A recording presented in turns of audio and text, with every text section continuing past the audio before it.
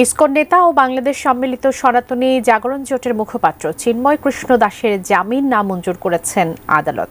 একই সঙ্গে তাকে কারাগারে পাঠানোর নির্দেশ দেওয়া হয়েছে।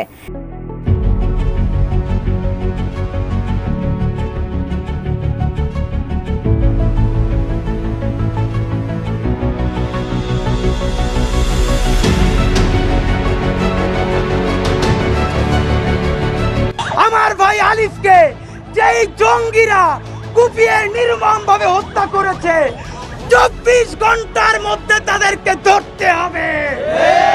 কোনো তথ্য এখন আমরা পাই নাই যে উনি আসলে কি গ্রেপ্তার হয়েছেন নাকি তাকে জিজ্ঞাসাবাদ করা হচ্ছে। আমরা ডিবি অফিসের সামনে দীর্ঘক্ষণ অপেক্ষা করেছি, ওনার সাথে আমাদের সাক্ষাৎ করায় নাই। ইসকন নেতা প্রভু চিন্ময় কৃষ্ণ দাসের কিছু হলে উপদেষ্টাদের পিটিয়ে মারার হুমকি দিয়েছে ভারত। হ্যাঁ দর্শক, ভিডিওটি দেখতে থাকুন, থাকছে বিস্তারিত। মুক্তি না দিলে ভারত থেকে পশ্চিমবঙ্গ দিয়ে আমরা কোনো পরিষেবা নিতে দেব না। এদিকে ইসকন নেতা প্রভু চিন্ময় কৃষ্ণ দাসকে মুক্তি না দিলে দেশে আবারও আন্দোলন সহ বাংলাদেশি সীমান্ত বন্ধের নির্দেশ দিয়েছেন ভারতের বিজিবি। দেশে নানান অস্থায়ী বিশৃঙ্খলার সৃষ্টির কারণ হিসাবে উপদেষ্টা আসিফ মাহমুদ বলেন, বিভিন্ন গোষ্ঠী বিভিন্ন গ্রুপকে উস্কে দিয়ে হামলা, তারপর সংঘর্ষের মতো ঘটনা গতকালকে আপনারা দেখেছেন। সকালে কিভাবে বিভিন্ন জায়গা থেকে প্রান্তিক পর্যায় থেকে জনগণকে ভুল তথ্য দিয়ে 1000 করে টাকা দিয়ে ঋণ দেওয়ার স্বপ্ন দেখিয়ে ঢাকায় নিয়ে যাওয়া হয়েছিল একটা অস্থিতিশীল পরিস্থিতি তৈরির জন্য। কিন্তু আমাদের আইনশৃঙ্খলা বাহিনী এবং সর্বোপরি ছাত্রদের অংশগ্রহণের মাধ্যমে সেই পরিকল্পনাকে নস্যাৎ করা হয়েছে এবং এই ধরনের আর কোনো ষড়যন্ত্র কিংবা পরিকল্পনা করা হলে সে বিষয়ে যথাযথ ব্যবস্থা নেওয়া হবে। ভিপি নুরুল হক নূর বলেন, বর্তমান যে বিশৃঙ্খলা সৃষ্টি হয়েছে তার পিছনে আওয়ামী লীগের হাত রয়েছে।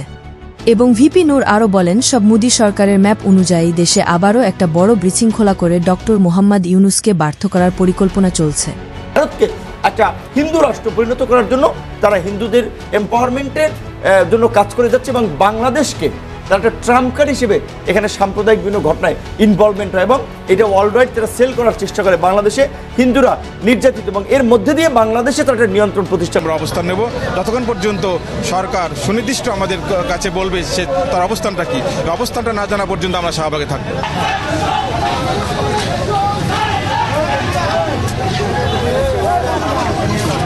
এই মুহূর্তে আমাদের মূল দাবি চিন্ময় প্রভুর মুক্তি দিতে হবে এবং এই মুক্তির আন্দোলনে যারা অংশগ্রহণ করেছে চিন্ময় প্রভুর নেতৃত্বে আমাদের মূল দাবি 8 দফা।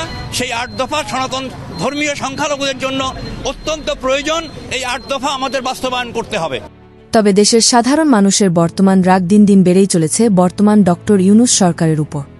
আপনারা সাংবাদিক, এখন আপনারা আইছেন আমাকে মন্তব্য নিতে, আমাকে মন্তব্য ধুয়ে পানি খাবেন। সাংবাদিক যাই হোক তার ন্যায্য কথা, ন্যায্য দাবি, ন্যায্য উচিত কথা সমাজে তুলে ধরা উচিত। তাহলে তারা হলো সাংবাদিক, তারা হলো দেশপ্রেমিক। জনগণের পক্ষে কাজ করবেন না দেশের স্বার্থে কাজ করবেন, না সেনাবাহিনীর পক্ষে কাজ করবেন, না পুলিশের পক্ষে কাজ করবেন? আপনারা কার কাজ করবেন? আপনারা আমাকে চেহারা দেখতে আসছেন। দেশের রাষ্ট্রপ্রধান যেই হোক তার ভূমিকা সম্পূর্ণ পালন করতে হবে যে আমরা ভালো কাজ করতেছি। প্রধানমন্ত্রী হাসিনা হোক আর খালেদা হোক, কেউ আমাকে খাওয়ান দেয়, আমরা সাপোর্ট করি। জাস্ট আপনারা ভালো লাগছে আপনার সাপোর্ট করি, কিন্তু আপনি তার জন্য জনগণের অত্যাচার, নির্যাতন, রাস্তায় মানুষ চলতে পারে না, রাস্তায় চিন্তাই হবে, রাস্তায় ডাকাতি হবে, রাস্তায় অটো রিক্সা চালাইতে পারবো না, গরিব মানুষে কি করে খাইবো? আল্লাহ মাফ করুক যদি এমন হয় যে আওয়ামী লীগ আসন পাইলো বা কিছু হলো, তখন কি আমরা are we willing to take the risk? আমাদের জীবনের একটা ভয় আছে, কারণ দিন শেষে ওরা যদি ক্ষমতা আসে আমরা সবাই শেষ, সবাই আমরা মারা খাবো, মারা খাবো, মারা খাবো।